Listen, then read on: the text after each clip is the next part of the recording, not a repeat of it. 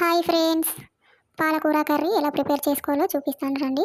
ముందుగా కట్ చేసి కడిగి పెట్టుకున్న పాలకూర, ముందుగా కట్ చేసి పెట్టుకున్న పచ్చిమిర్చి, ఉల్లిపాయలు, టమాటా, కొత్తిమీర, 4 వెల్లుల్లి, కొంచెం కరివేపాకు. ముందుగా స్టవ్ వెలిగించి కడాయి పెట్టుకోవాలి. కడాయి వేడైన తర్వాత ఆయిల్ వేసుకోవాలి. ఆయిల్ వేడైన తర్వాత కొన్ని పోపు దినుసులు వేసుకోవాలి. 4 కచ్చపచ్చ దంచిన వెల్లుల్లి, కొంచెం కరివేపాకు. ఇలా ఫ్రై అయిన తర్వాత ఉల్లిపాయలు వేసుకోవాలి. నేనైతే ఉల్లిపాయలు ఎక్కువనే వేస్తున్నానండి.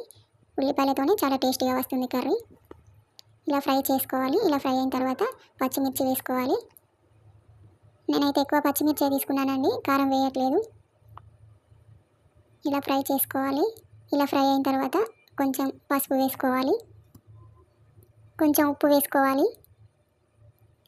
ఇలా కలుపుకోవాలి ఒకసారి. ఇలా ఫ్రై చేసుకున్న తర్వాత పాలకూర వేసుకోవాలి. నేనైతే 2 కట్టల పాలకూర తీసుకున్నాను.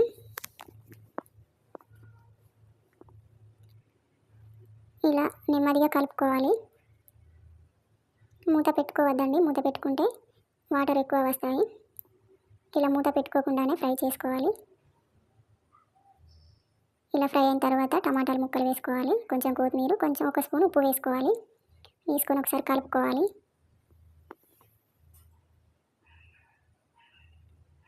ఇలా వాటర్ లేకుండా ఉడికించుకోవాలండి. ఇలా ఫ్రై చేసుకోవాలి.